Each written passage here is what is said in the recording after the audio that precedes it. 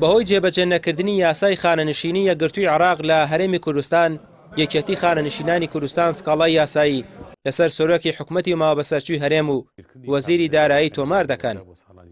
هەروەک وعدماندا دوای هەفتەیە لە مۆڵەتەکە دوای سێ چوار ڕۆژ تریش دوای ئەوە ڕوومان کردەوە بەغا چونکە ئێمە لە بڕیاری مەحکەمەی اتحادیمان هەیە لە عێراق چوینە بەغا و ئەو لایەنانەی پەیوەندیدارن بەو بڕیارەوە بەسەرمان کردنەوە و مۆزوعەکەمان بۆ باسکردن کە ساڵێکە هەرێم ئەو بڕیارەی جێبەجێ نەکردووە. اینجا ئێستا خەریکی ئەوەین کە لایحەیەکی قەزاییمان بۆ نووسراوە ئەچینەوە بەردەم دادگایەکی تایبەت بە جێبەجێ نەکردنی بڕیارەکانی محکەمەی اتحادی و ئیتر بزانین بڕیاری قازی لەو ڕۆ چیە بێت.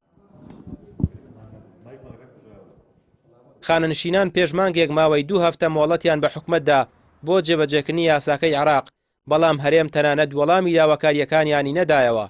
خانەنشینان دەڵێن یاساکەی عێراق لە خزمەتی خانەنشینانە و بەپێی دەستور دەبوو هەرێم پەیڕەوی بکات، بەڵام یاساشکێنی دەکرێت. خۆی جیاوازێکی زۆر هەیە. ئەو یاسایە کە ئیسا حاڵی حەزر ئێمە داوامان لێ کردووە کە تەطبیق بکرێ لە هەرێمی کوردستانە یاسای ژمارە 9 2014 یاسای یەکگرتووی خانەنشینانی عێراقە و ئەم یاسایە جیاوازێکی زۆریە چونکە کەمترین مەعاش لە هەرێمی کوردستانە 220,000 بەڵام بەپێی ئەو یاسایە لە بەغا 500,000 لەم بینە 600,000 بۆ زیادکردن و 600,000. ئەمە جیاوازێکی زۆریەیە. ئەمڕۆ خانەنشینان لە هەرێمی کوردستانە ژیانێک دەگوزارێنە ژیانێکی مرۆڤی ئەم سەردەمەنیە.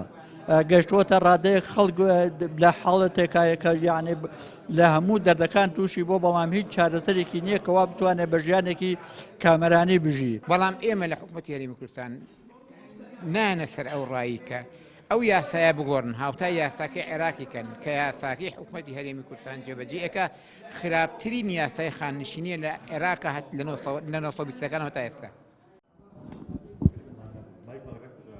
تا ئێستا هەرێم کار بە یاسای ژمارە 27 ساڵی 2006 دەکات کە دەوترێن نادەستوریە.